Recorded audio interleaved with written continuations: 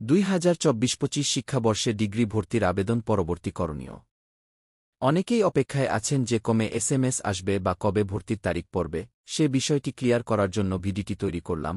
পুরোপুরি দেখলে আপনার সকল প্রশ্নের উত্তর পাবেন।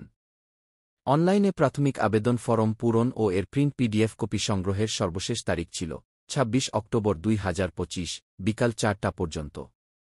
আবেদনকারী কর্তৃক প্রাথমিক আবেদন ফরম সহ আবেদন ফি বাবদ 400 টাকা সংশ্লিষ্ট কলেজ কর্তৃক নির্ধারিত মোবাইল ব্যাংকিং এর মাধ্যমে অথবা সরাসরি জমা দেওয়ার সর্বশেষ তারিখ ছিল 27 অক্টোবর 2025।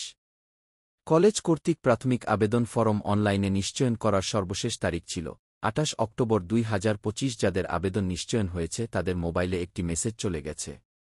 কলেজ কর্তৃক অনলাইনে নিশ্চয়নকৃত আবেদনকারীদের প্রাথমিক আবেদন ফির জাতীয় বিশ্ববিদ্যালয়ের অংশ দেয়ার তারিখ 29 অক্টোবর 2025 থেকে 3 নভেম্বর 2025, যেটা কলেজ কর্তৃপক্ষ জমা প্রদান করবে।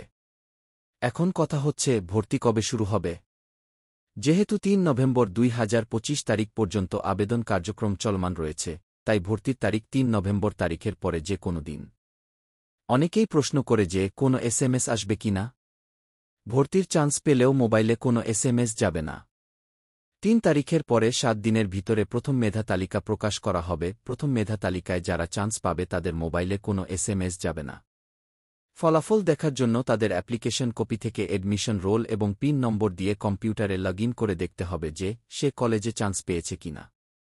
যদি সে চান্স পায় তাহলে একটি ভর্তি ফরম পূরণ করতে হবে।